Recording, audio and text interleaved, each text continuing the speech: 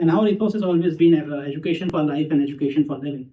And why it is important? Because education for life just means living and earning, but life is not as same as living. Living is more about having fulfillment in your life, and fulfillment comes from many places. Of course, money is a part of it, but it's also a spiritual fulfillment and your social living, and that's what the ethos of my institution is. Coming back to the future points.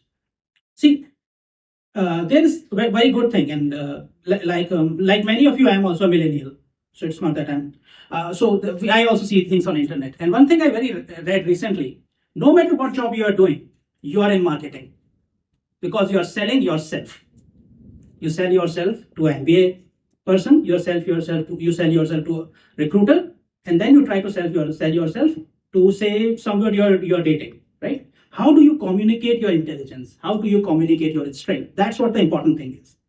That is the critical skill you are going to learn in an MBA. How do you sell the abilities you are claiming?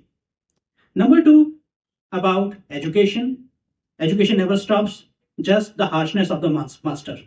Your first educator is your mom, who is the least harsh master, and then the last educator is life, which is the harshest master.